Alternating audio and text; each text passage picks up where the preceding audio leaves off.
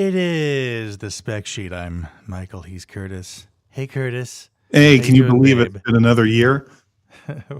Yeah, we both agreed at the end of the last show. Our next show, we'll do a show next year, Next year. and here it is. It's the Spec Sheet. It's a show. I guess you could call it a show. It's more of just a conversation between two gentlemen who appreciate one another. And Well, I'm glad you decided to go with what I asked you to use for the intro. it just happens to be streamed in video form over the interwebs. Take a look at our website. It is specsheet.tech, specsheet.tech. You can find all kinds of stuff on there. Previous shows. You can give us your money there, which, I mean, I would really feel like a bit of a doucher asking anybody for a dime after as long as it's been since we've done a show. But nevertheless, you can go there and hand your money over. We I would was looking appreciate at it. I And was looking at our website just a moment ago, and I scrolled down and I looked at the previous show that we did, and the screen cap used for the video image. The two of us, I'm just looking at that, and I'm thinking I really have evolved into looking ever more like Liberace with every passing year. Go there and take a look at it. I really do. I swear to you.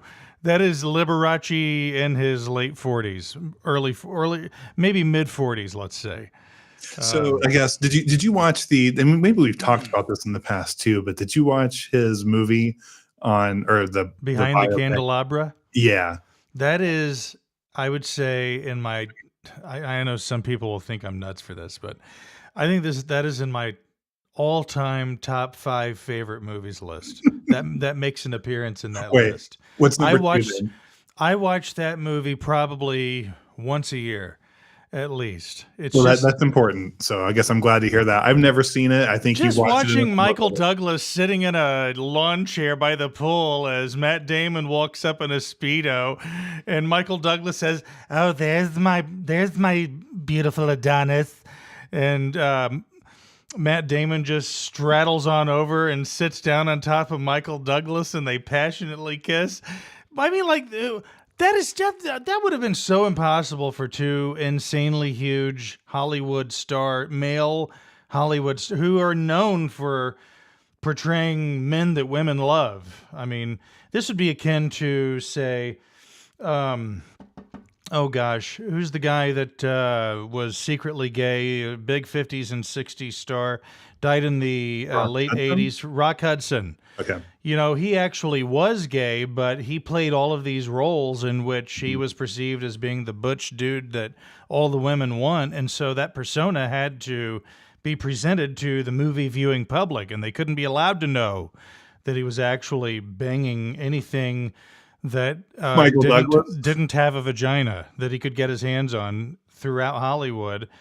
And they did everything they could to protect that. And it's just funny how times have changed, and you have these two male stars that are, again, known for playing a lot of roles that would portray men that women want. And here they are essentially deep-tonguing one another on a concrete pad next to a pool on HBO. You know, it's 2025. This is the start of our tech world. Actually, I think that movie That came movie's out in like supposed to be 2013, Right. 2012, or It's years ago. 2015. So you're telling me then basically this is Romancing the Stone Part 3 is really what it is with Michael Douglas? I've never Okay. seen that. I have no idea what that is. Oh, okay. I forgot that he was in that movie. As soon as you mentioned him, the first thing I think of is the Romancing the Stone movies. Him and oh gosh, what's her name? Kathleen from. That's all right. I want to jump into what is the tech that Well, you just jumped right off that. Okay. I can't think of You it. just left- I you know knew- what? We're leaving that on the back burner. Okay. Yeah, We're I moving knew on. that I wasn't going to find what I was looking for, so My I'm moving goodness. on. This is a more, Okay, well, what are this we is moving more on to? efficient, Curtis. Hit me with it. This is a more efficient Curtis than you're used to. See, This I is haven't evolved in my the look. borderline AI Curtis. We've promised you for many years. You are welcome. So, what is the tech that Michael is using right now? What's your phone? What's your desktop computer? What do you like and dislike about it? What makes you want to throw the thing, Wow. or what makes you want to get an electric vehicle and drive up to the corporate headquarters of one of those places? Hit me with it. Okay, so my phone, Samsung Galaxy S24 Ultra, and I have to tell you that I cannot put my finger on anything about it that I don't like. I can't put my finger on anything that I'm having to compromise on. And there was a That's time the when key you right could say to there. yourself, "What? That's the key. Nothing that you're compromising your experience on. Yeah, nothing." I mean, Mhm. there was a time when not having the ability to properly communicate with iPhone users because you can't access iMessage was a bit of a hassle. But now that iPhones and iMessage are able to use RCS, the Rich Chat Services Yeah, you want to be protocol. careful with your non RCS conversations because China is listening, but that's Oh another yeah, there story. is that too. Yeah.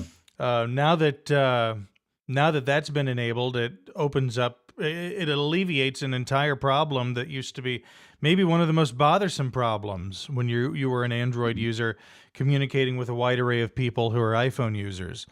The fact that you had no access to iMessage, it really sucked. Good luck sending videos. Good luck sending pictures that look like anything other than a smudge. That's over with. So I can't think of a single thing that you compromise on. In fact, it's amazing to me in the Android universe how much better apps are the same version of a particular app, Android relative to iOS. Even apps made by Apple, for instance, Apple Music. Apple Music is way better on Android. I agree with you on that. There are like 3 or 4 major features, settings that are available in the Android version of Apple Music that have never been available in the iPhone version of Apple Music, and for whatever reason, probably never will be. I get the feeling that because like Apple Music merged with Beats when they bought Beats, and the Beats Android app was way better than Apple Music or iTunes was back then. I feel like the team that developed it, they just get free reign because it's Android. They just aren't held accountable to Hmm. Apple's walled I garden way wonder of if that's what doing it it. is. That's what Wouldn't I've always just wouldn't it be assumed. hilarious if it's really that simple? I think. Well, I mean, it It's probably is. like a totally human situation, really. Yeah. I mean, because like if Apple realized that they were giving a better experience on Android than they were on iOS, they'd fix that. They'd give you the same experience. Yeah, If I Tim just Cook realized, assumed I mean, I just assumed there was something technical about iOS or the iPhone hardware that was, for whatever reason, denying me crossfading. well, well, I mean, think about both of these devices, whether it's the Android ecosystem or like your because you're on what a Snapdragon. What chip does that have? Oh shit! It's the Gen 3. Okay, I don't remember. that can I emulate don't even any remember. operating system that's out right now. Same thing with an iPhone. The current iPhones can do anything. They can do virtual machines running a full operating system of anything you need. There's nothing technically that these phones can't do. They are full. I mean, they have NPUs on them that can do AI generation. I mean, not great. They send a lot of it to the cloud, blah, blah, blah. But still, these things are so powerful that there's no limitation, hardware or software. It's all design choices at this point. Snapdragon 8 Gen 3. Okay. I And mean, it's you almost a are right desktop in there. everything you say. You are walking around with this thing, just an absolute beast in your hands. I have used Dex on a few occasions. I don't really run into a lot of instances where, for me, it's eminently necessary to use Dex. One of the You don't things like that has walk into an office, see a monitor, and say, "Hey, give me a USB port and a wireless keyboard and mouse.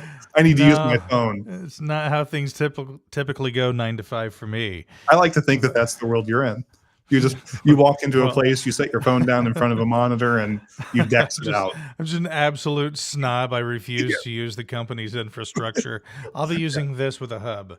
Plug yeah, me uh, in. yeah. I need to have open ports for my VPN because I will not have you track the searches I'll be doing.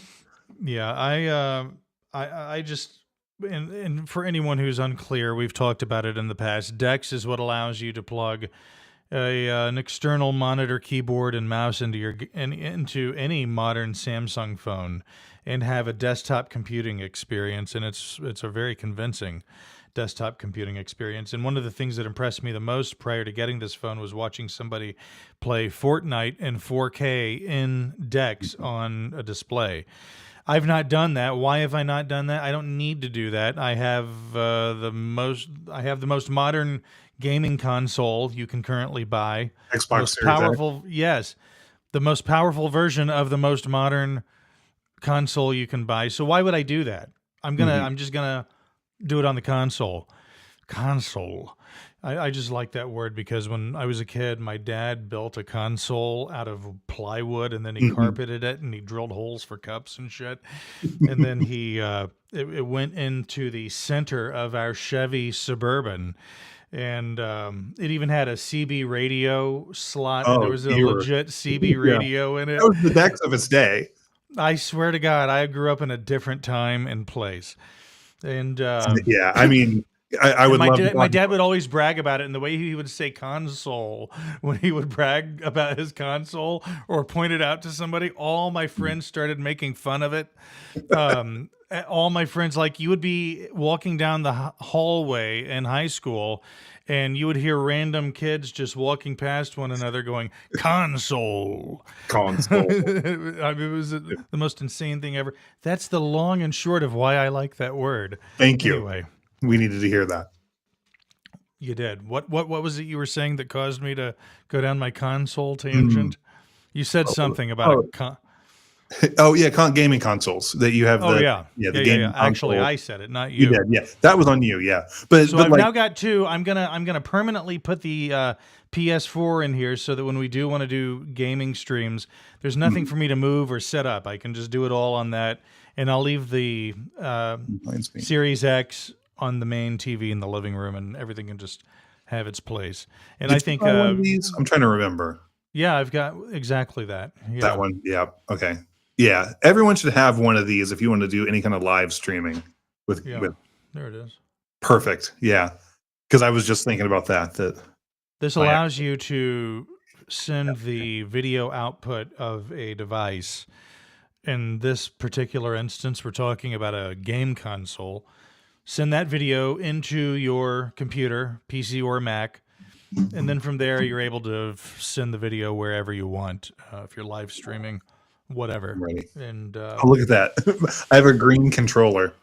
That's nice. I didn't realize you were using a green screen. That's how good your green screen is. I didn't realize you were using it. So what is that? I had no idea you were. I just thought that was the background. No, here, look. It fooled me. It'd be hilarious if I'm using a green screen too, and this is just what I chose. I mean, I like that poster. Yeah, like, as soon as I put that in front of my face, it kind of shocked me. But yeah, my Xbox controller is a neon green color that's very close to it. I'm going to do the rest of the show like this. I think everyone watching, all 5 of them, would enjoy seeing me like this. So I did the show last night, and 44% of my co-host's face was missing. And it was the best show you've ever done. Why? These things happen in technology. Right. It's why we do the show. We're trying to help people avoid our own problems. It's a cautionary tale, the spec sheet. Okay. I want to finish the tech rundown because we forgot the rest of it. Okay, so that my Galaxy S24 Ultra, very happy with it. I don't feel like I'm compromising in any way. Just a moment. My headphones are the what in the hell are these called? Oh shit! I haven't heard of these. You've seen these on Facebook, I'm sure. Yeah. If you are a Facebook user, yeah, they have the weird like rectangular part that sticks out of your ear. Man, I'm sure you've seen this. Oh gosh, I can't think of the name of it. It's I know. It's basically they sponsor a lot of ads on like videos. They don't even put the name of their product on this. I want them then. Here's mine. I'm going to have to go look at my paired devices to know what kind of. You can't even see with all my light. Are those Apple AirPods? Yeah, I was actually tempted to use those tonight, but I was worried the delay would be just enough. Like I already have enough delay on my video until I get it figured out to have my camera outputting 1080p. instead of 4K. So my The company is Status, and the model is the Between Pro. Is that between not the Status Between Pro? Like, nice. So, like so they're like what? they're mid levels. What you're telling me? No, they are amazing. They are. They have a triple driver. So a lot of modern earbuds have one driver, but they use algorithmic magic to fool you into thinking you're hearing full spectrum, full dynamics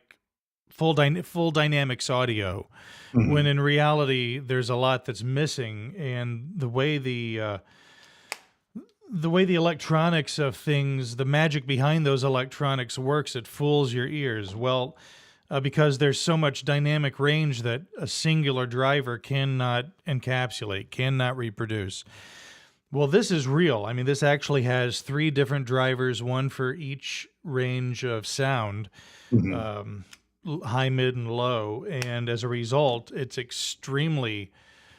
just got a clarity and a punch, and that's all I want. I want audio quality, damn it. I You mean, want to if I hear can the have audio, it, I want it. right? And this Well, we've gives gotten it to so you. used to getting like almost every headphone that you see someone review well that's not an audiophile, and like I'm not an audiophile, so like I think I would fall into the category, except I'm smart enough to know what I shouldn't like. But they focus on the bass so much, and somehow that's supposed to be dynamic range, and that's supposed to be better, and it's not. Like I use It's Beats as the not. example. Like Beats are EQ'd so far to the low end, and it's annoying. Like that's not what I want.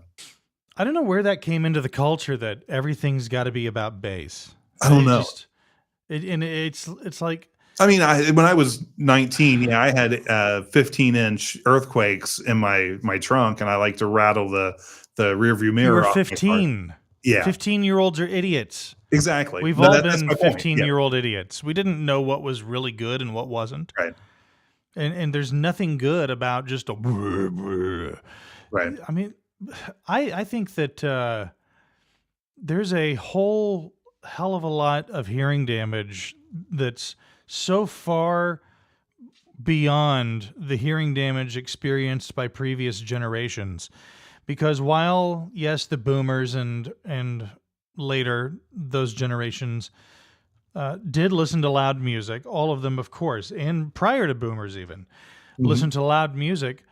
It just didn't have that driving bass as the focal point. And then as things changed and the perception of what you should expect your audio equipment to sound like changed, and I don't think it was a natural change in perception of what things should sound like. I think somewhere along the line, the audio equipment manufacturing industry decided to just push bass on Mhm. people as if that's the gold standard. That's what determines whether a piece of equipment is good or bad, is how much bass does it have? Because Mhm. that's such a simple concept that you could sell to people who otherwise know shit Oh yeah, they're about never going to. audio. Yeah, I mean, because you get like that's the problem with like when you get close to the sun of being an audiophile, the pretentious level of what you're trying to explain, even though it does matter, gets lost more and more. Because I go back to my first like home theater system that was focused more on sound than it was on just 5.1 or whatever it was back then, 3.1 Dolby. Like I actually cared about the sound quality, and the speakers that I bought, the preamp that I bought, all of that. When people would come to my house and I would try to promote that and say, hey, check this out, like I lost people every time. Every single time they were like, yeah, I don't care, just play it.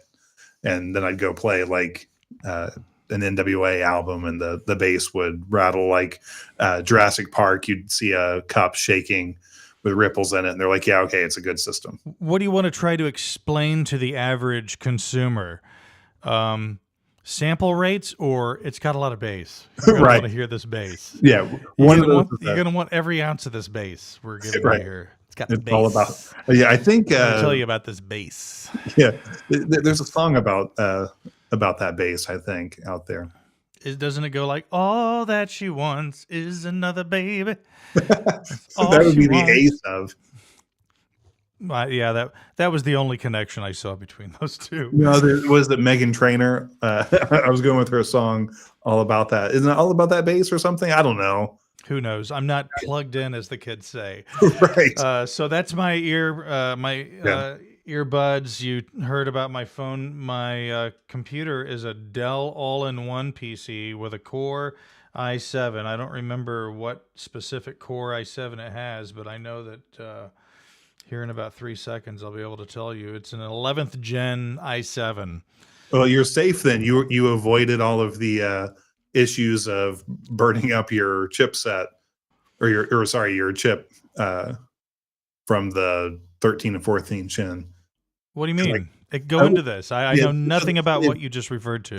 They've pretty much resolved it with BIOS updates now, but the 13th generation and the 14th generation Intel chips had a problem. So can I just pause really quick and tell you that? So one of the pieces of tech I have is an Elgato teleprompter now, so I can look right at the camera and see you. And I have this really bad problem I've got to figure out with this, which is I can see myself every time I blink, and I've tried to synchronize my blinks with you too much here, and so I'm over blinking. I don't think it's a good thing. I think that I don't think your eyes should be fixed on the camera at all times. Oh, but it's not about the camera. I want to look at you. But it's all about looking at you. But you're not really looking at me though, are you?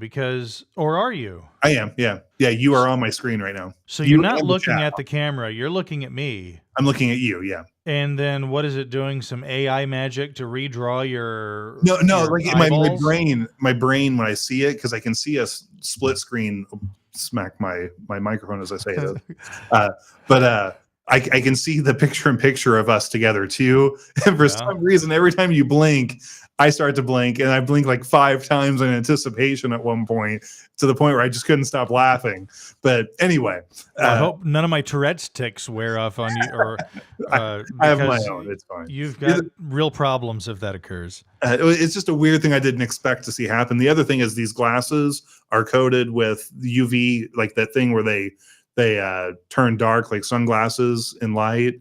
And I've noticed that my lights up here are like reflecting black on it for some reason. It's weird. That's bugging me too. But anyway, it's because your chroma key is affecting whatever the reflected light on your lens is. You're right. It's your chroma key. That's probably correct. Okay. Thank God I showed up here tonight. I know, done. Good show, guys. Talk to you later. Wow. Yeah. But you're right. So I'll have to figure that one out. But anyway. Okay, 11th gen Core i7, 12 gigs of RAM. Okay. This thing's capable of running 32. I have no idea why I've not upgraded this thing to 32. How is it even running on 12? That seems because what version of Windows are you running? 11 or 10? That's why 11 will need at least 16. Isn't that amazing? How is Microsoft not evolving a more efficient operating system as time goes on? Because shouldn't that be like the inherent progression of computer coding, of computer engineering, software engineering, that as time goes on, things get leaner, things get more efficient, redundant code is removed, or rewritten in more efficient ways? Or you're thinking of the old school world where you had upper limits of memory and specs, and so they just don't care anymore because they don't have to. So here's the thing. So as a developer, I'm thinking like an old man here. Right? No, there are no constraints on the hardware, because in the cloud, let's say you create the next big software as a service, you put it up, it's somewhat efficient, but you find a memory leak in it. You don't have to deal with that the same way you did in the past, because now you just up more resources to it. And when your servers are on the cloud and they're relatively cheap, like in phones, like we talked about earlier, your Samsung phone, my iPhone have so much power behind them, and inefficient code runs fast because of that. So it can mask all of it. So no one is pushing people to create more efficient. Like there are exceptions and pockets to that where what I'm saying is incorrect. The gaming world maybe a little bit, has constraints to it, but that's really just on consoles. Like I would say anything on a Stream Deck, like if you're working with that, or Steam Deck, sorry, the Steam Deck. Let's get it right. Yeah, I know people care about this. Those devices, yes, you're going to have some constraints, and I think that constraints make you better. They make you work. Like applications of the past cared about everything you just said. The world we're in now is just keep building it. AI is a great example of that because it's so expensive to run a large language model and respond to prompts compared to just scripting something to just work the way it has for years. That obviously it's not about the efficiency, it's about buzz and making the hardware faster and faster. Even though Moore's law has, like, we've come close to not being able to follow Moore's law. I've seen people talking about how they want to change it to Jensen's law with NVIDIA and say that, that's the new Moore's law, but that's a whole other conversation. But anyway, it's not as fun to say either. No. Jensen's law. Right. According to Jensen's law, we should be right. No. Yeah. Well, I think, Moore's law being predicated on the exponential growth in the number of, well, I guess not an exponential growth, but, well, would it be it's not exponential, but it's like an increasing, near doubling. Yeah. Over an 18-month period of time, isn't it? Of the number of transistors on a die.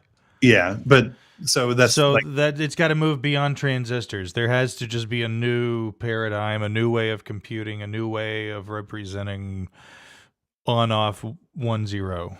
Well, the way they've cheated with that is GPUs and now NPUs is take so much of this off of the CPU that you can say CPUs are doing better, and also the dies they're working on. So like the whole problem I was talking about, 13th gen and 14th gen Intel chips were not, they had a goal of making them extremely small, and that's part of why Apple stopped using them, is that Intel couldn't get the die small enough, the transistors small enough, because that every time you make them smaller, you can put more on there, and there's less space physically to travel. So that's how you get the speed increase for each CPU upgrade. Well, they had a problem with thermals and detecting it on, if I remember right, for the 13th and 14th gen. And so the motherboards wouldn't report correctly, so they would overheat and basically destroy the chip.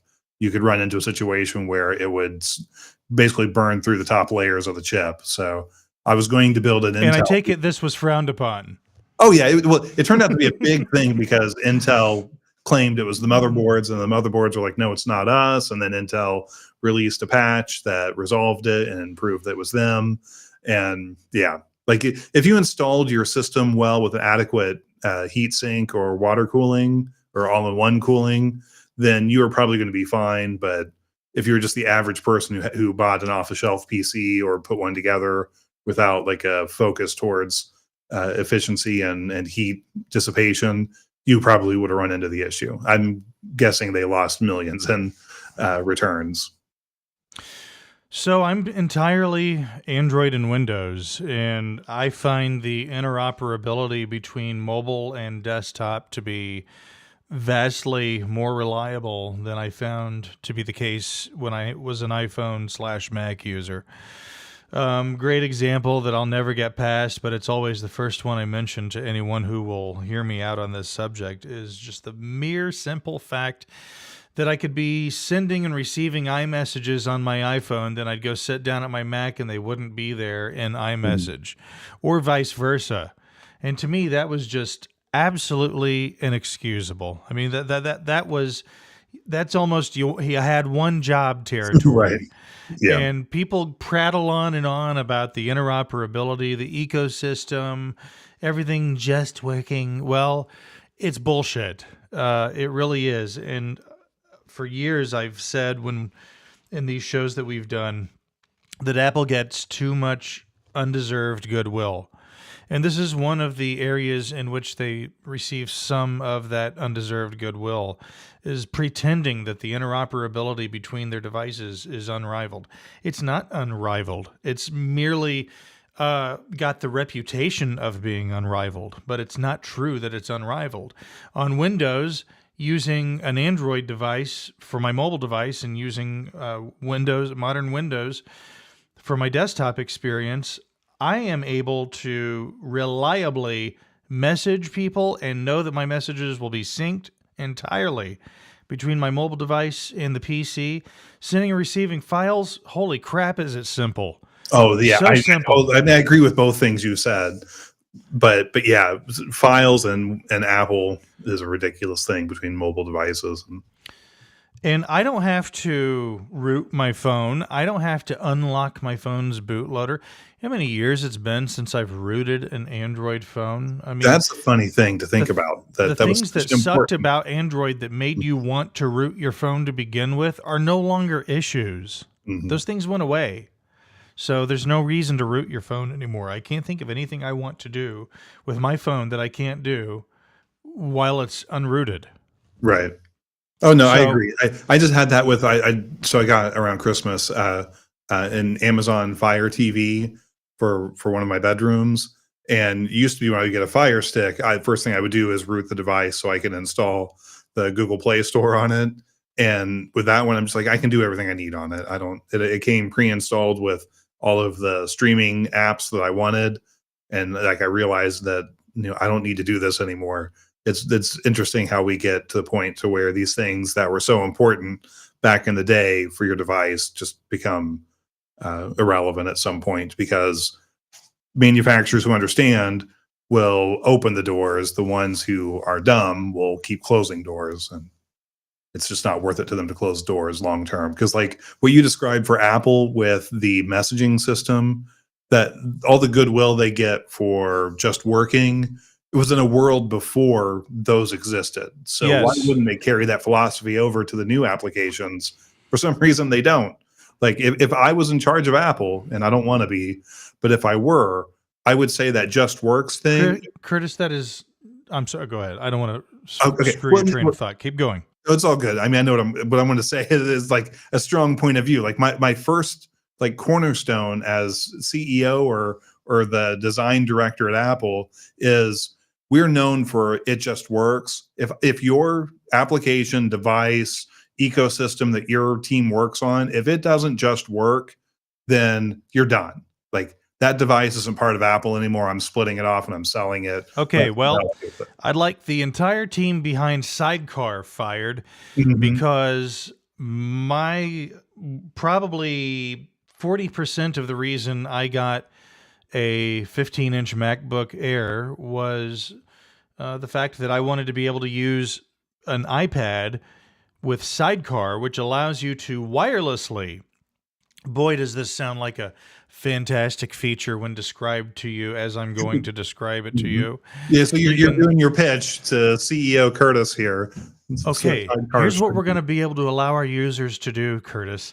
We're going to be able to allow them to get a MacBook Air 15-inch. They're going to take their iPad, which they may or may not even be utilizing on a day-to-day basis, and we're going to make it useful to the user by allowing them to wirelessly turn that iPad into a secondary display. They'll be able to either replicate what's on their Mac, or they're going to be able to extend the display onto the external monitor, which previously was just a useless iPad.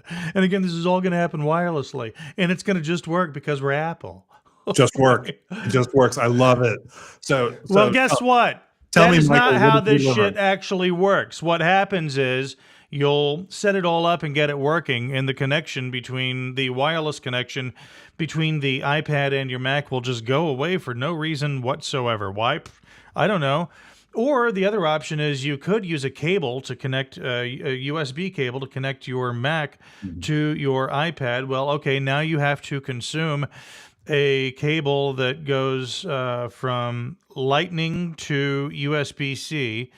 Again, this is assuming your iPad has a Lightning port, which many of the standard, I think all the standard iPads do still. Now, I think well, they may everything have now. USB-C now. I don't know. Yeah.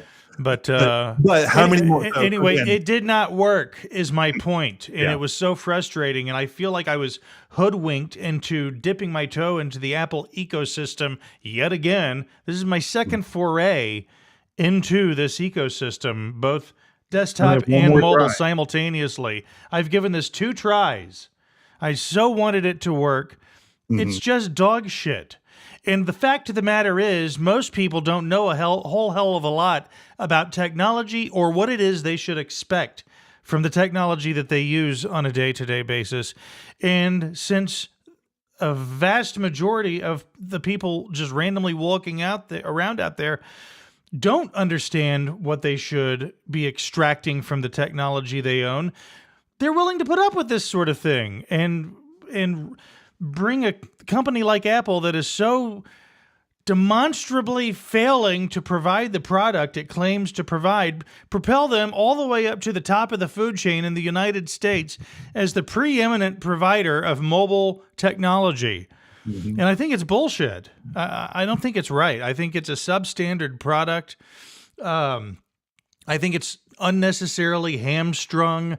I think it's way overpowered for what it's allowed to do. The number, like these new Macs that you and I were bitching about maybe 8-9 months ago that they came out with, that were using, what was it, the M4? Right. And yet, and just the laundry list of things you were still not allowed to do on this iPad. Just absurd. It's ridiculous. I mean, like, this thing is a full-blown computer. It is. It's faster than any Mac I've ever owned. It's more powerful than any Mac I've ever owned.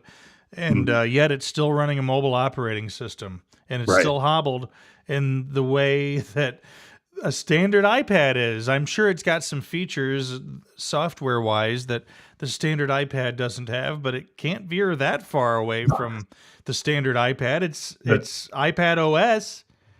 That's what frustrates me. Now, this is, since early on in our connecting on this show, what frustrates me is I want my desktop operating system to be a desktop.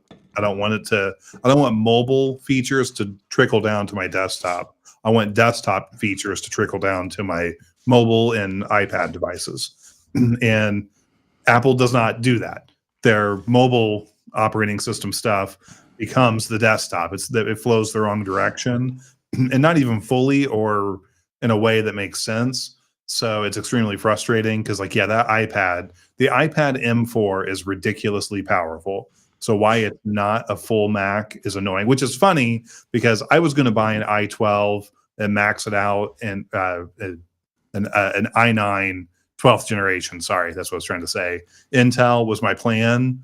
And then the Mac Mini M4 came out, and I was able to trade in my last generation Intel MacBook Pro to Best Buy and get a Mac Mini M4 for extremely cheap, like less than half of the price of it. And the M4 Mac Mini is a ridiculously powerful device, even at regular price of $599 or $499. That's amazing. You can get it for that. Exactly. It's extremely powerful. I wish it had more RAM. I wish it had a bigger hard drive. But it's a mini. It's $500. Yeah, I can deal with the RAM part of it, and I can put external hard drives on it that run just fine for everything I need. And if you buy it, you're not buying it because you think Sidecar is going to work with it, so you won't be disappointed in that way. Yeah, it is what it is. And like my MacBook Pro, I was only ever using it at home plugged in anyway, so to an eGPU, and I would do large language model stuff with it, like training them and just tweaking to get the best output for it. And this Mac Mini does. I mean, it's not perfect. It's not just as good as my Mac Pro was connected to an eGPU with an NVIDIA powerful NVIDIA card on it, but it's not bad. I mean, it does a pretty good job, and it takes up no energy when it's idle. Like, that part is ridiculous to me, that this thing just sips energy in standby mode. They're so on the edge of greatness, and they just miss the mark in certain key ways that are unforgivable to me. But for these key ways in which they miss the mark, I would be all on board. I would be an Apple evangelist. I would be out there trying to get everybody I know to. I can't do it. It's the terrible. Thing is, they're like 2 steps away from being like the Windows killer, but those 2 steps are ideological to them, so they won't make them. There's no way the Apple that exists today is going to take the 2 steps it needs to towards the consumer to benefit them. And so I mean, they're still going to make tons of money because it's like a status symbol, and they make amazing hardware. But like, I would say System 76, if you've ever looked at their Linux machines they make, they're getting pretty amazing too. Like I wouldn't be against System 76 giving us some demo machines to test. Have you ever looked at any of their computers? No, I've never heard of it. Yeah, so like they're a system. Like, have you heard of the Framework laptop? No. Okay, so they're not exactly the same, but like I kind of lump them together. I'll start Is with it like a modular thing? well, that's what the Framework laptop is, but System 76, they make Linux desktops and laptops that are stripped down OSs with like exactly the hardware you want. And they've released some ARM-based chipsets that are or systems that are just ridiculously powerful, and not like you can build something for half the price of a Mac Studio that beats it in performance. That's how nice their systems are. And they're, again, you can run Windows on them too if you want, but they're really engineered for Linux, and they're pretty nice. But then Framework IO or Framework laptops, not IO, I don't even know what that is. But Framework laptops, those are modular laptops, which I think also should be the future too. Like I want Apple to give up on this idea of the thinnest device and give me something that's flexible. That is way more powerful than having it be the thinnest device. Well, if they keep making it thin enough, it'll become flexible. Don't worry. That's true. You'll get your wish. The thinner. Well, they're already there. I think. Sit on a MacBook Air, and I bet you could bend it. So that's the long way of describing to you my current technology situation. I do have a question. Yes. For your link, are you using Windows? Is it called Windows Phone Link? Is that the application with Windows? No, I don't. How do you connect? In order to instant message, I use Google's messages.google.com. Okay. I install a window of that to my desktop, and then I drag that icon, once it's installed to the desktop, down to the taskbar. So you've got a permanent icon there for instant messaging, and it is absolutely 1,000% rock solid. I mean, it is so much more reliable than the interoperability that supposedly exists between an iPhone and a Mac. Well, it's funny, I got a text while we were talking, and I saw it come. My iPhone is right beside my window with iMessage on it. I got the iPhone message, and then like 4 minutes later, I got the iMessage. Dog shit. Yeah, in my absolute Mac, dog shit. You're my Mac you're Mini making me angry wired right now, Curtis. Well, let's move on from that then. Boy, that makes me mad. It really does make me mad. I mean, that is such it's basic bullshit. Yeah. And why do they get this goodwill that they get? It makes no sense. Well, it does make sense to me because, again, most people don't understand tech all that well, and they don't realize what it is they should be expecting from the technology they use. And it's a status thing. That's what bugs me the most. Yeah, that too. And isn't that the way it is? It seems the human mind is such that the things that often are used to denote status are actually the most subpar example of whatever product space they occupy, whatever that item is. Right. Yeah. They're not the pinnacle of that. Like when you think about the laws of nature, like the apex predator is the one that won, and status symbols, it's the opposite. I just wonder what the new paradigm is going to be that turns everything on its head. I don't really know what it could be because I don't really feel like anything is missing. When we go back to like the Palm Pilot days or the Windows Mobile days of 2001, 2003, 2005, 6 even, even into part of 2007, when you go back to those days and you think about them, if you're old enough to do so, and you think about those devices, there were very specific things that all of us knew were missing from those devices that we wished they could do.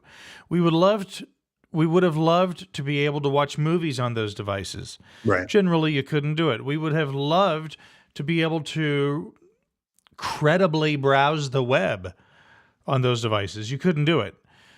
We would have loved to be able to install various applications on those devices.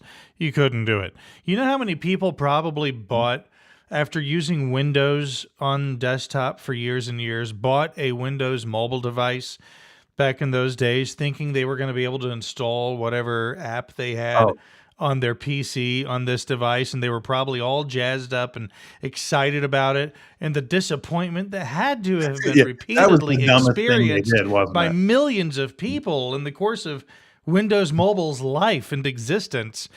I mean, we knew these devices sucked and we knew something was lacking, not just something, we knew what was lacking. And the things that I just rattled off were but 2 or 3 examples.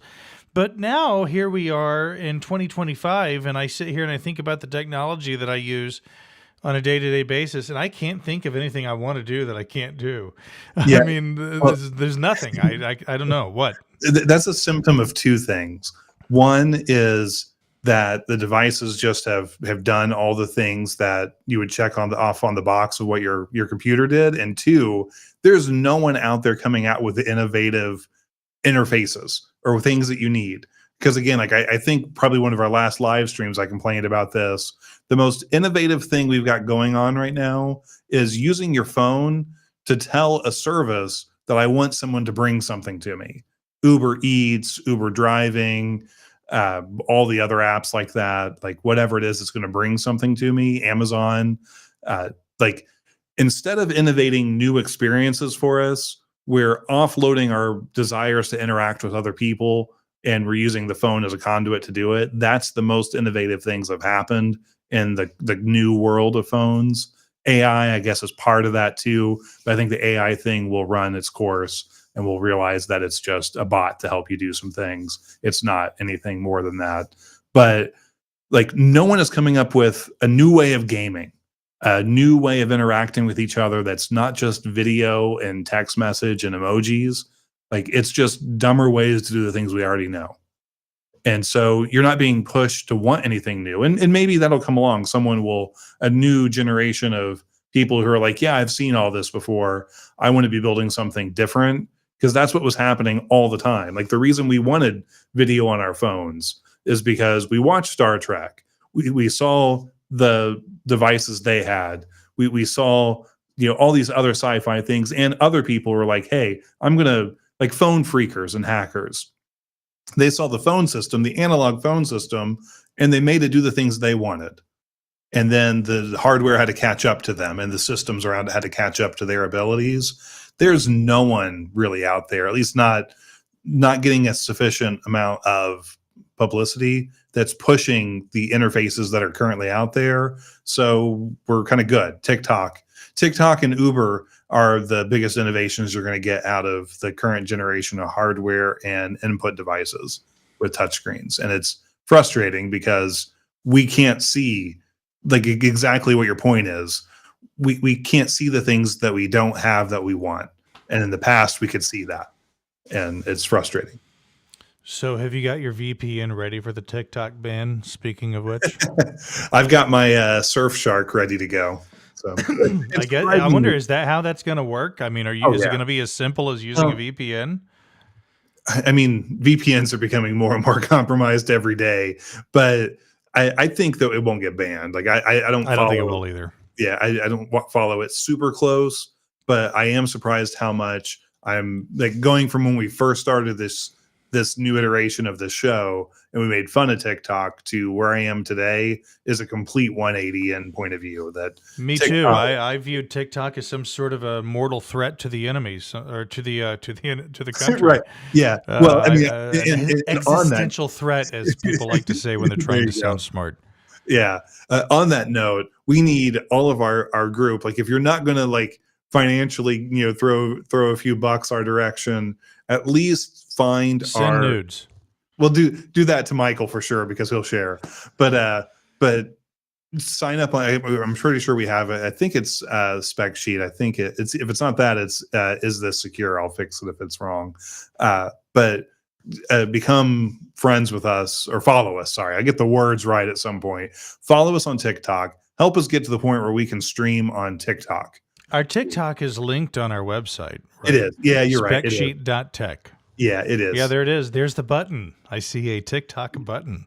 Nice. Yeah, I've come around. The reason I came around on TikTok was because I saw a wide array of points of view being expressed over the course of the last year that were not allowed to be expressed on other platforms, especially on YouTube. I don't need to go into what those points of view are. It doesn't matter.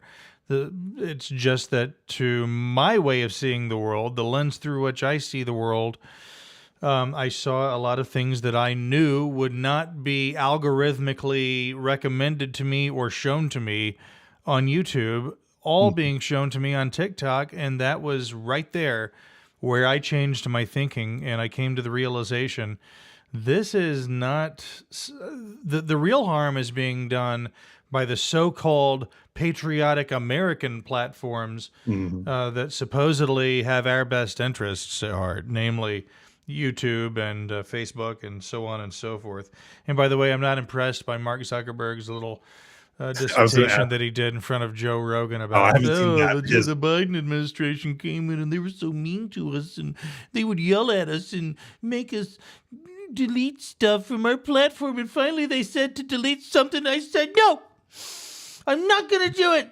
We're not going to delete stuff that's true. I mean, even just that statement is like, not going to delete stuff that's true. That's the kernel. That is the foundation of what people are arguing about here and upset about here is that Mhm. there is no collection of human beings who can be arbiters of truth. Right. Truth is very subjective. Truth is very difficult to pin down. And that's just it. You can't say, we would delete something, but for the fact that to our way of seeing things, it's true. I mean, that was so he's still of the same I just saw that mindset. they're changing their moderation to be more open. I haven't seen him on Rogan, but He's still of the same mindset that he was before, and he's also what a squishy guy. I mean, when Biden's in office and the Democrats are in power, he acts like a Democrat, and now that the Republicans are about to be in power, suddenly he's out on a ranch riding and roping, and he's ready to talk to you about what a patriotic, free speech loving American, good old apple pie American boy he is, and he's yeah, I even going mean, to do it on the Joe Rogan show where Trump got endorsed just a couple of short months ago. I mean, if you want to go back and look, is it? I can't remember which one of the books it is. Is it Brave New World or Fahrenheit 451? Whichever one has the thing where everybody's flip flopping all the time based on, like you were at war with Eurasia or we're at war with the other side. I forget what it was called.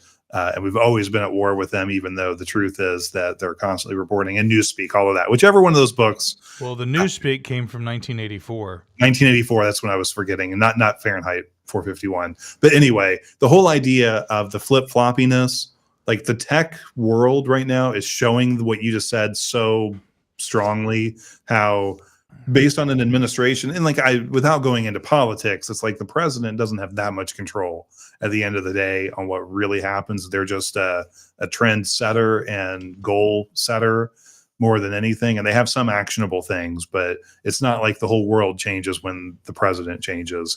But you look at the tech world and see how they're changing their point of views. And then remember that they did that with the last administration too, that what you're saying is completely true. Like they're just going to go with the winds and change to some level. But the truth is that the heart of them hasn't changed at all. It's just what they're selling to the public to curry favor is what's changing. Mark Zuckerberg cannot be forgiven for what Facebook did. Facebook cannot be forgiven for deleting posts of people who questioned vaccines. Mark Zuckerberg cannot be forgiven for deleting accounts of people that questioned the narrative during COVID. I go back further That's than an that. unforgivable sin.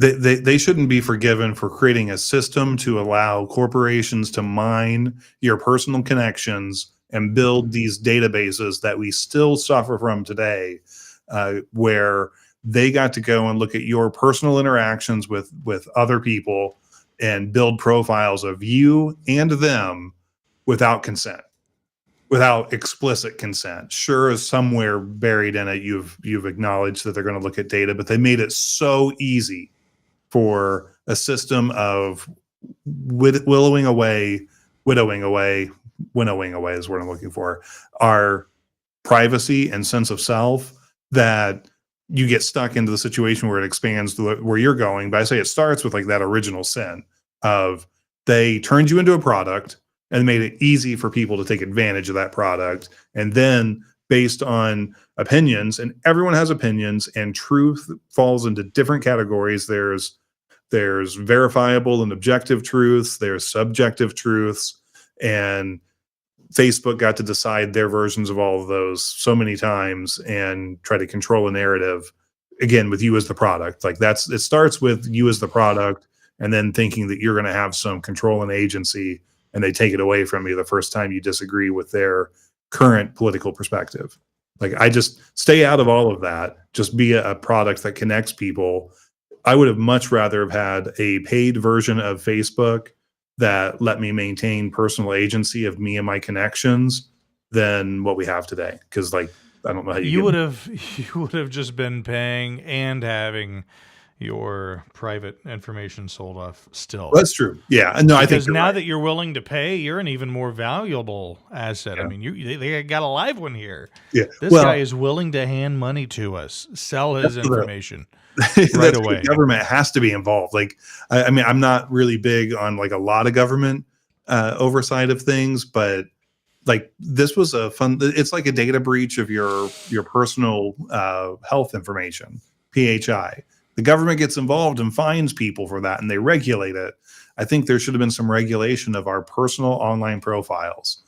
But the problem is it's a slippery slope, because I want that to be maintained by the person and be, somewhat protected. I hesitate to say constitutionally protected, because again, that gets thrown around too much, but there should be some protections that the government gives that would keep these companies from being able to do it. But the government for way too long has been unconnected to all of this and way behind. And when it comes to TikTok is where they tried to get involved, and they're trying to limit the most open platform, because I'm guessing, like with what you're saying earlier, not only are you seeing opinions that you wouldn't see on YouTube usually, but you're also seeing opinions that are different than yours, or the opinions that are different than yours live right beside it. Anyone can find it if they want to. And that's much more the open square. You go to like the town square, you're going to find people with shops and groups that don't agree with you, but they coexist right beside you.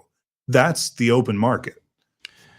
I see plenty of views even now on TikTok that I do not see on YouTube or other big tech platforms. And I see a nice mix of points of view that I don't agree with.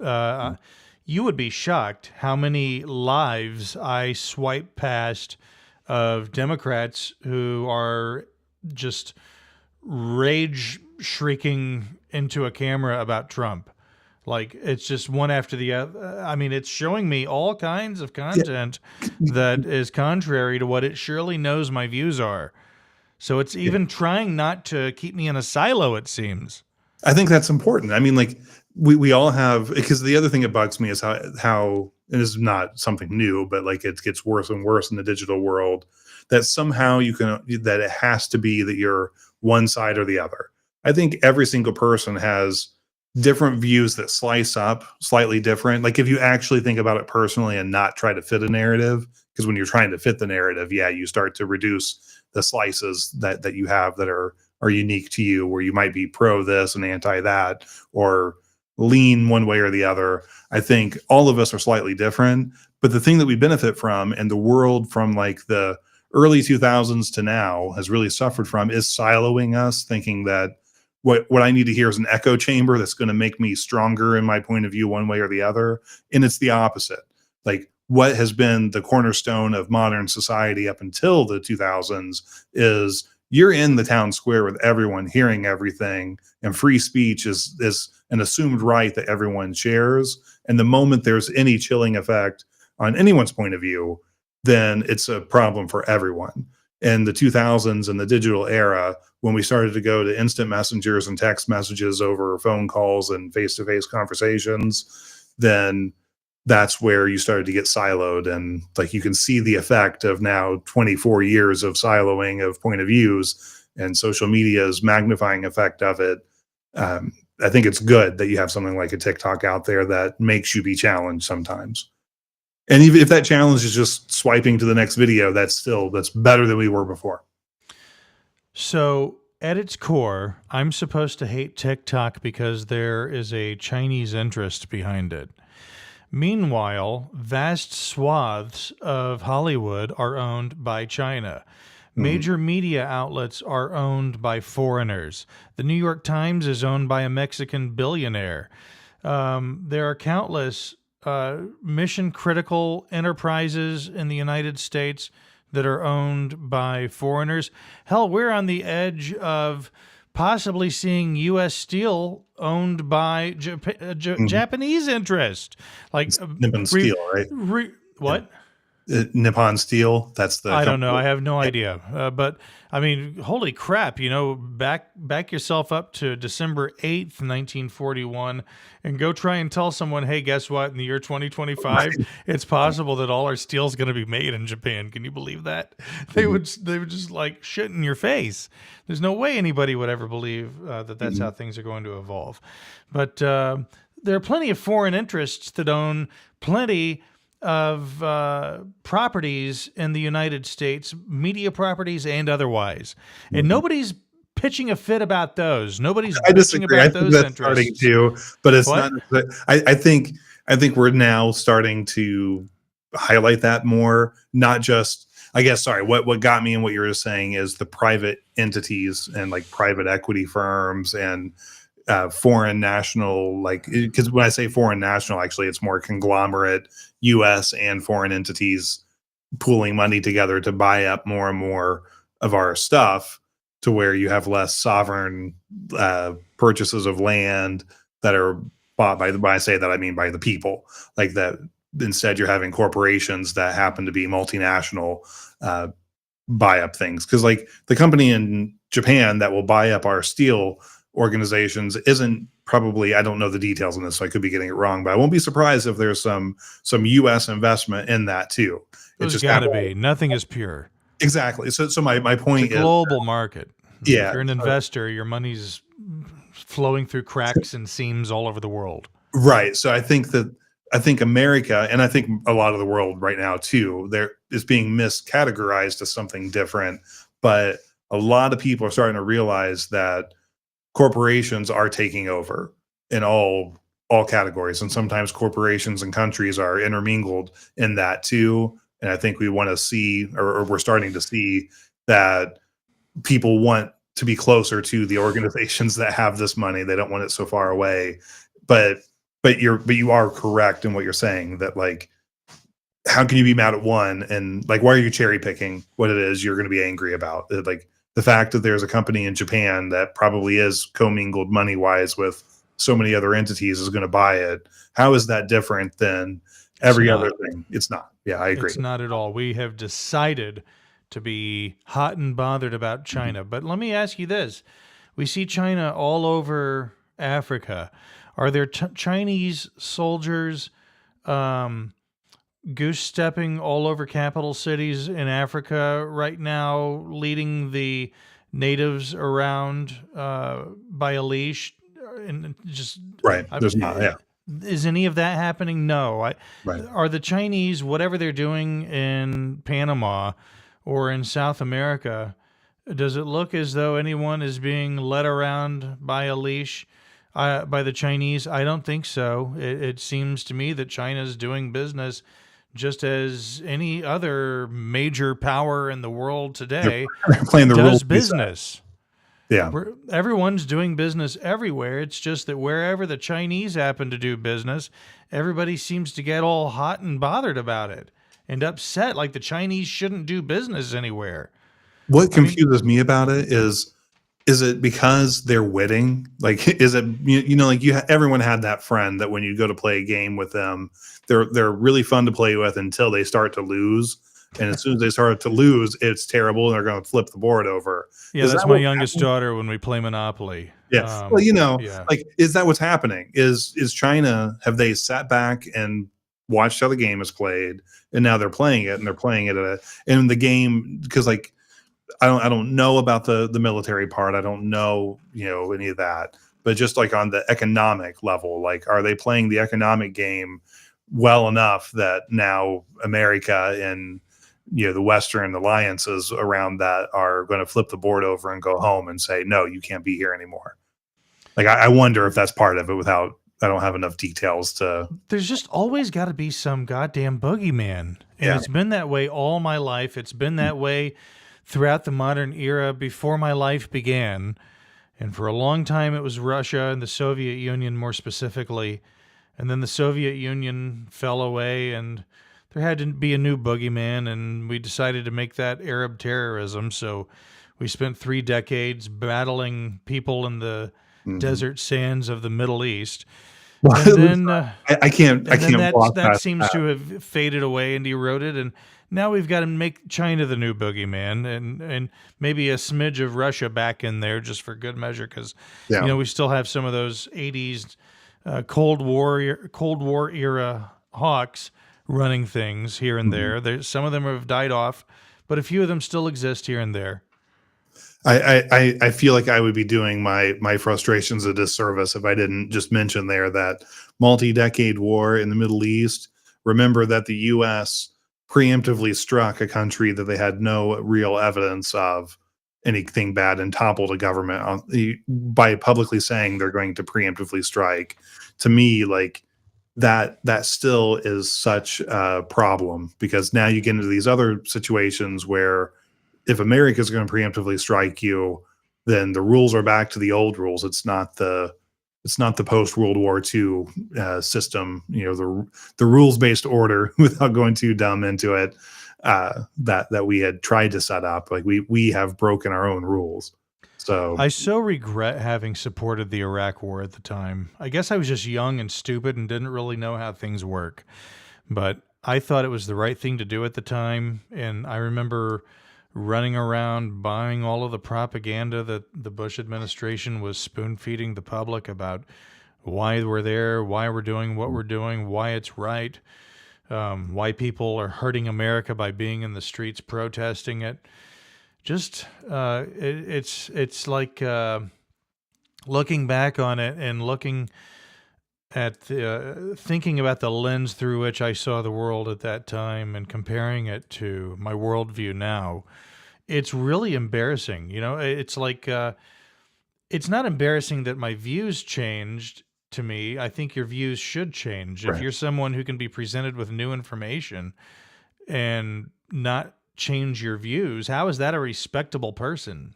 Well, how is it respectable that someone shouldn't change their views? It's not the fact that I've changed my view that's embarrassing to me. It's just the fact that I had that specific position that the Iraq War was a good thing. It's amazing how everything is flipped on its head politically since then. I mean, the people who were pro-war, hawkish type people have all become anti-war. All the people who were in favor of whatever corporate interest out there that happened to exist, doing whatever it wanted to do in the name of free trade, free trade, more specifically, more correctly. They were all in favor of that. Now those people are opposed to globalism and global corporatism, and it's really amazing how everything has just turned on its head. And it really causes you to question your ability. We all, in this moment, I have my views and I apply them to the world in which I live and that I'm surrounded by. But having now lived long enough to see a paradigm shift occur and see my worldview inverted nearly 180 degrees in some very specific ways. You can't think of it in a linear way. It hasn't been inverted in like a perfect 180. Right. Things are more three-dimensional and complex than that. But it really makes you question, how reliable are your current views? Oh, I can tell you they're not. I can tell you right now they're not. They can't be. Because looking back on what a terrible opinion that was and how sure everybody was of themselves back then, Everyone now in retrospect says that was a bad idea, but at the time, oh my God, were they sure of themselves, weren't they? Dude, like I was so here's the reason why I say your opinions now are just as bad. Because your opinions are, they're just a framework to help you try to process with what you know right now and what you think your values are in this moment. And your values will change and evolve over time. And some of them will grow and expand at a faster rate than others. And that's okay. That's part of just growing up and growing older. And also, the thing that I'm starting to learn the older I get is so much of that is subjective to the world and like the exposure you have. People have different levels of exposure to different things, will expand and contract their point of views differently. So there is absolutely no one size fits all approach to anything. And trying to judge another person off of their point of views at this point, with my current understanding, is just, it's a ridiculous, futile attempt to do so, because I haven't been exposed to the same conditions. So I see things enough different. So again, it's a subjective thing. But then to go back to like the Iraq War, I was staunchly against the Iraq War before, like right after 9/11 happened. I was against going into Afghanistan because it wasn't a nation. Like we were applying nation state rules to terrorism, to We really terrorist were, weren't we? Yeah, But and you know what? People were thinking on emotion at that time. Yeah, Right? but- You remember how it took Bush like a month to send any boots at all to Afghanistan after 9/11? How pissed off people were Oh yeah, that it was taking that long? Like even people who were ardent Bush supporters, like, what's going on here? Explain to right. me what's going on. Well, Why are we not in Afghanistan already? I mean, people were really pissed off. People were out for blood. They didn't care who was really. They just But wanted some they were the people benchmark. living in sand to be brought to heel and made to pay.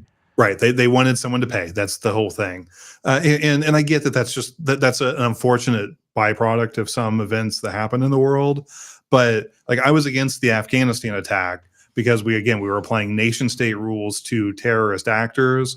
There was a different way we could have handled it that would have fit my parameters, but that wasn't even as egregious to me. Like the reason that I think I was right on my anti-Iraq point of view, unfortunately, is nowhere near as intelligent as I wish I could say it was. It's actually more of my rigid structure let me accidentally fall into the right answer, which is as a political scientist, and at that time, that's what I was studying in school, was political science, and I was very much into international politics, but I also was very much a precedent watcher. So I paid attention to the precedents and the rules that we had set over time in our national policies. And our national policy had very strongly been against preemptive strikes. That doesn't mean we didn't go find all kinds of reasons to create a preemptive or create conditions to be a retaliatory strike.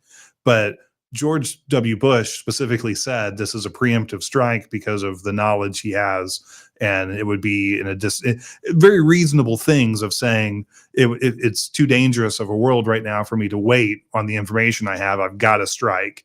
But that changes the precedent and the slippery slope of what happens next.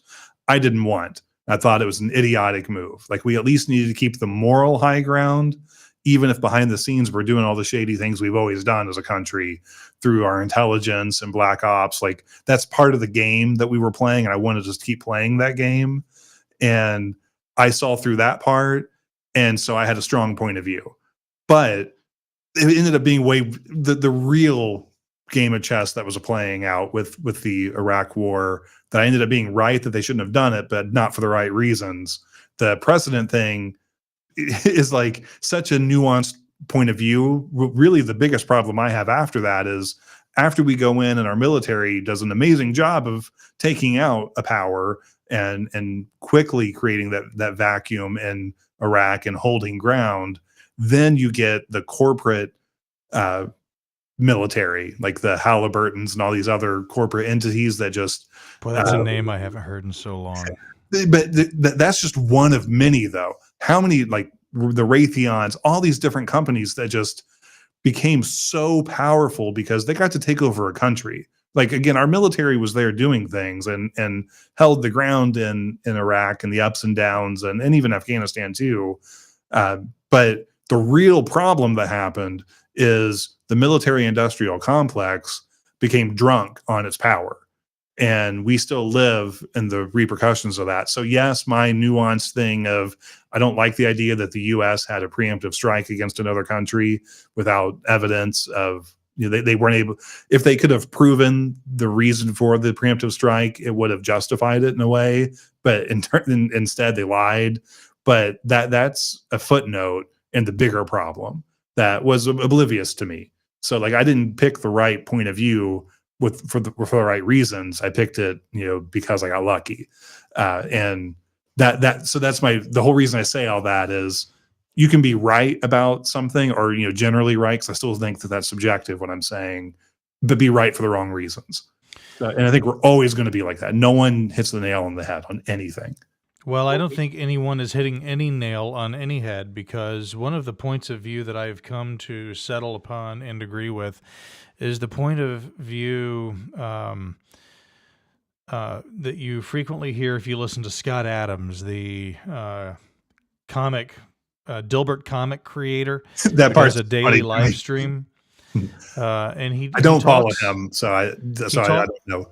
He talks a lot about politics and does it from the standpoint primarily of persuasion, as opposed to left versus right, conservative versus liberal, Democrat versus Republican, globalist versus nationalist.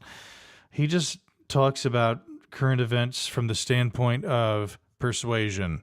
What's persuasive? What's not? And he repeatedly says, look, nobody has any opinions. All of your opinions are assigned to you. You think you have your own opinions. All of you listening to me right now believe thoroughly and truly that you have your own opinions, but you do not, in fact, have your own opinions. They've been assigned to you by influences in your life, whether it's familial influences or primarily the media you consume. That goes back to you're a product of your environment, basically, more than.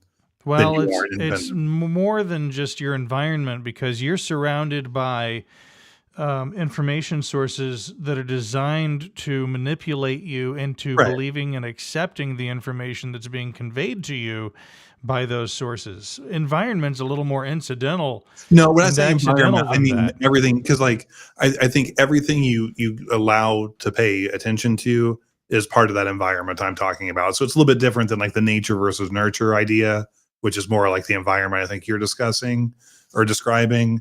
I mean more environment in terms of what it is I'm willing to consume, what I put my time into, the people who are around me, because the people you choose to spend your time with is part of that environment that you create. But the thing is, you don't necessarily know you're creating it, because I think it's recursive, the same idea. Like, so what you're saying about persuasiveness, all the people around you that put you into the different groups that you start to consume is all part of the same persuasion. So it's like, it's persuasion all the way down. And the people, because even like the personalities, the product of the social media or news media that you pay attention to, all of that falls into what you're saying, I think. And that's where I'm saying that everyone is slightly different. Like there's no one cookie cutter experience that we're all having. We're all having a slightly different version of that. I don't even think it's necessarily the media you've chosen to pay attention to or expose yourself to, because while you may have elected not to expose yourself to something or pay attention to something, people around you are. People who post on X are paying attention to those things and then regurgitating what they believe, yes, again, to be their own opinions. And you do ultimately, in many instances, get exposed to them, or family that you know who consume these sources, friends, coworkers. You ultimately, whether you've elected to pay attention to these information sources or not, do get exposed, regardless of your willingness to be exposed. If you're plugged into the social pipeline or the current events pipeline, the informational pipeline at all, you ultimately get exposed to them, whether you've elected to or not. And ultimately, it's sort of a butterfly effect of all of this, just this stew of information and opinions and propaganda pieces and manipulation, all happening in just sort of a quantum cosmic stew, just swirling around one another. And you can't not be affected by it. It has to affect you ultimately in some Yeah, way. I Maybe agree not with that for sure. measurable, Yeah. you know. Well, yeah, But it's all moving a needle whether you realize it or not. well, I've been standing here for about 1 hour and 40 minutes now, and I think we're probably done. What do you Yeah, think? I think it's good to say 2025 we're back. More of these will be coming soon. More game More of streaming. these. Yes. Yeah, I'm gonna get the old PS4 in here, and we'll do some. And I've gotten so much better at Fortnite. The viewing audience will be very pleased to know that I am now a very skilled contender on Fortnite. And actually, I was ranked in like the top 10% of players in a certain category at one point. I mean, I'm not even kidding. You wouldn't believe this, like how good I got at that game from the last time we played it until now. And I I'm didn't won a really have to couple, but play a not. lot. It's not like I mean, I'm actually sitting here thinking about it. I probably haven't played it in at least 2 weeks. So Yeah. I'm not just like drilling into this game 24/7, but Well, we need you to, Michael. Will you please do that more? Because someone's going to have to carry the load for us. Like I've completed a couple games since then because I'm more of I finished Jedi Survivor. I've been playing the Indiana Jones game. I've been playing Elden Ring. I have not completed God, Elden that is Ring. too much. I can't possibly like. It's so hard to learn a new game. You know what I mean? Right. Starting a new game The feels like story. a homework assignment to me. To learn I what agree. buttons do what, how to control. I mean, just like, oh God, that's why I played Left 4 Dead Mhm. for so many years, since 2011 to just like, I guess I haven't played it in about a year. That's But why I played sports games for a long time because yeah, it's the same. Like they do there's all play the comfort. same, don't they? Yeah, it's like it's a comfort thing. Like you Mhm. know, it's going to be the same experience. You know, It is. And you know what? I'm going to get the dopamine hit that I want. And that's right? what playing games really That's what ultimately is all contents are. about. You're Mhm. just looking for the dopamine hit. So who cares if I'm doing it utilizing the most modern uh, gaming experiences that are Mhm. available? I don't need that. You get the same dopamine hit. There are people in my life, one particular friend of mine who over the years and coming to my house and seeing me play Left 4 Dead would just be so disgusted with me that I would not play any new games. What about Red Dead Redemption, homie? You don't Mhm. want to play that? I mean, Red Dead Redemption's fucking good. You should fucking try that. Why don't you want to try that game? I Mhm. mean, but this guy would just get so angry with me when he would see, nah, I'm good. I'm just playing some Left 4 Dead. I'll do a round of this. It'll take me about 40 minutes, 45 minutes, and I'm done. I mean, that's Right. it. I'm Mhm. done with it. And I got the dopamine hit. I don't need to learn how to play a new game. I don't need to get engrossed in some kind of story. I don't need it's work Right. learning a new Well, game. So that's my the point, funny thing I about couldn't Fortnite. possibly be into three modern games like you are. It's so beyond me. Yeah, I hear you. Well, and my games aren't nearly as complex as some that are out there, but Fortnite is a good example of that because it's like it touches on some of the modern systems, but it's still just like it's Left for Dead, but in a different format It really with is. people. You know, it's so I Okay. get that. Yeah. Well, this is So the spec sheet. It's a live stream about technology.